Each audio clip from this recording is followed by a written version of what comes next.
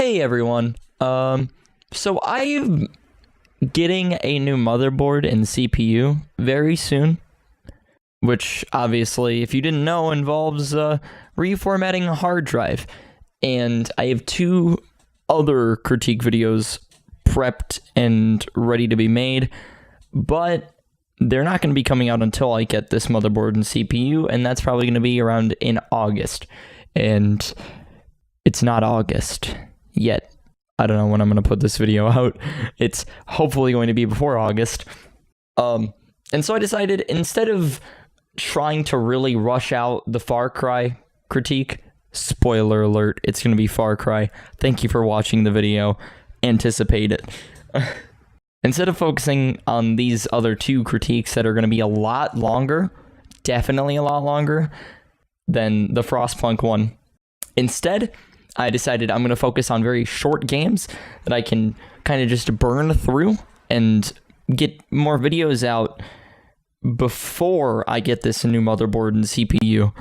But all the support is absolutely incredible, both from Twitch and from anybody who has watched the Frostpunk critique video. Even if you didn't like it, thank you. I agree that it wasn't that great, and it could have been a lot better. And I have a lot of plans to make future videos a whole lot better. I do intend to start having gameplay in the background as well. I didn't think it would be that big of an issue to not have, but it makes sense. It makes sense to have, and people would rather have it than not.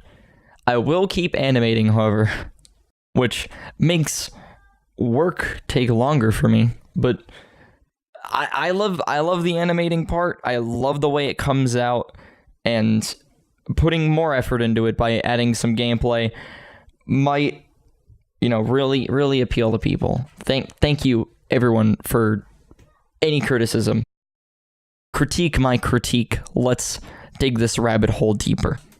But I've played some very, very short games.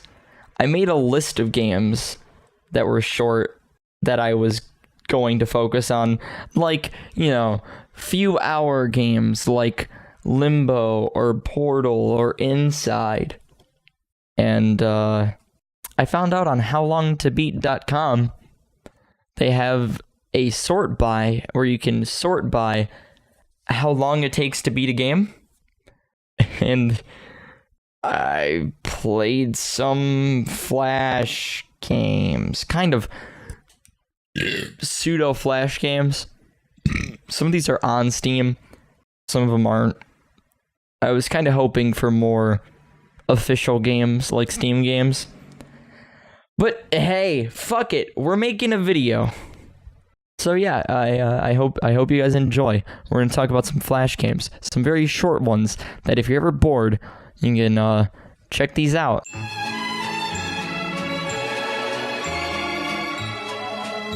A relentless and pulse-pounding 3 minutes of that sweet Bibble learning. Mind-numbing music runs on Adobe Flash Player 10, made in 4 days for the experimental gameplay project. Theme, 10 seconds.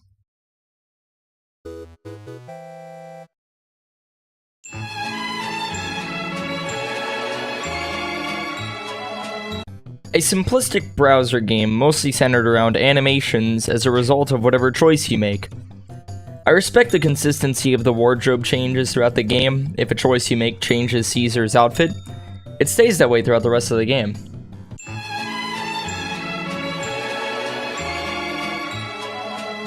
A shitty Flash game that grades you based on your ability to line nipples up symmetrically with varying sizes and shapes of tachankas. I got a C+.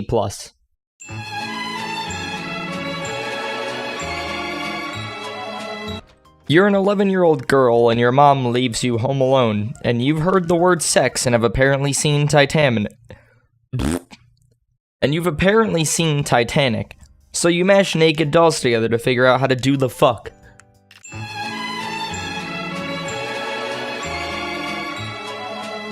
There's a boss at the end of this tunnel. You can't hurt him with your weapons. To kill him, you have to burn the rope above. Have fun!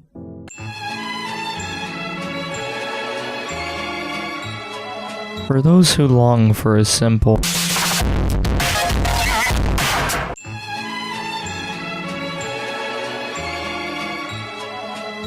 You're an alien who crash lands on Earth. You crawl to a little girl, who picks you up, and you grow taller. She leads you to a boy on a ladder. You grow taller, and he rides your back. You go to their house, and the parents go inside, seemingly scared. The boy goes inside, and they all come back out. Suddenly, soldiers appear and shoot at you and the family. And you have to block all the bullets and the shells from the tanks and bombs from the planes, all while heading to the right. At the end, you die, everybody cries, and snow falls to cover you. Of all the games in Slideshow I've shown so far, this one is actually interesting, thought-provoking even.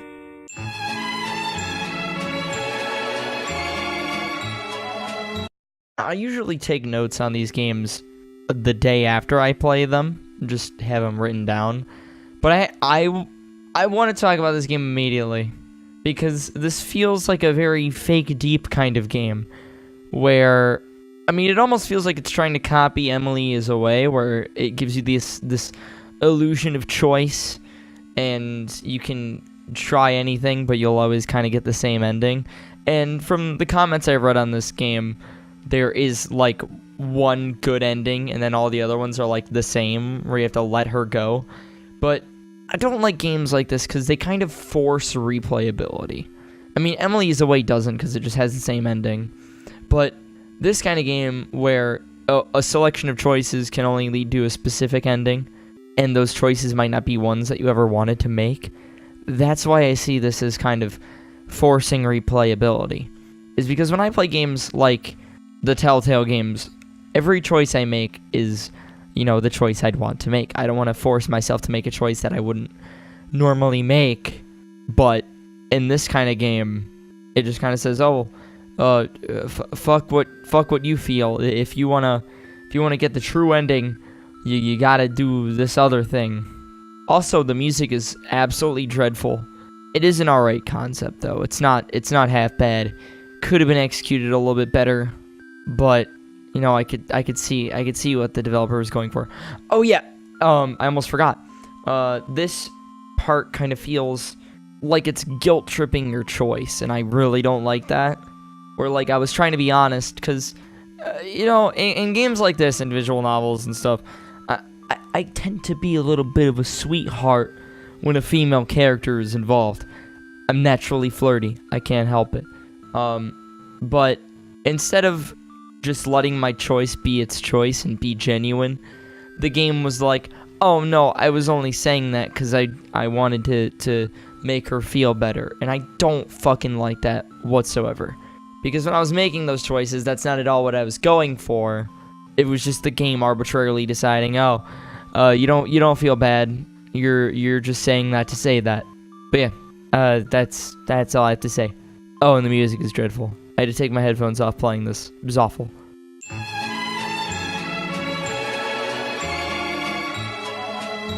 Don't Shit Your Pants is a text-based survival game created by one of the team members for Rogue Legacy, actually, which is one of my favorite roguelite kind of games. Honestly, I highly recommend it. And I kind of recommend this game too. It's kind of cute in its own sense, and has a completionist element to it. Like, there's achievements that are exclusive to this game on its own. Plus, it's actually executed very well, though it is very simple. Like, it's almost as easy as there is only one level, or something like that. Or, no. The game was called Achievement Unlocked, where you're this elephant that's stuck in one room, and the goal is kind of just to get every achievement, and then there's like very, very simple achievements, but there's just a lot of them. And I guess that's where most of the fun lies within this game. But I do kind of wish the game didn't make it very obvious what the solution is. But yeah, I hope you guys enjoyed, and stay tuned for the next one. Later, y'all.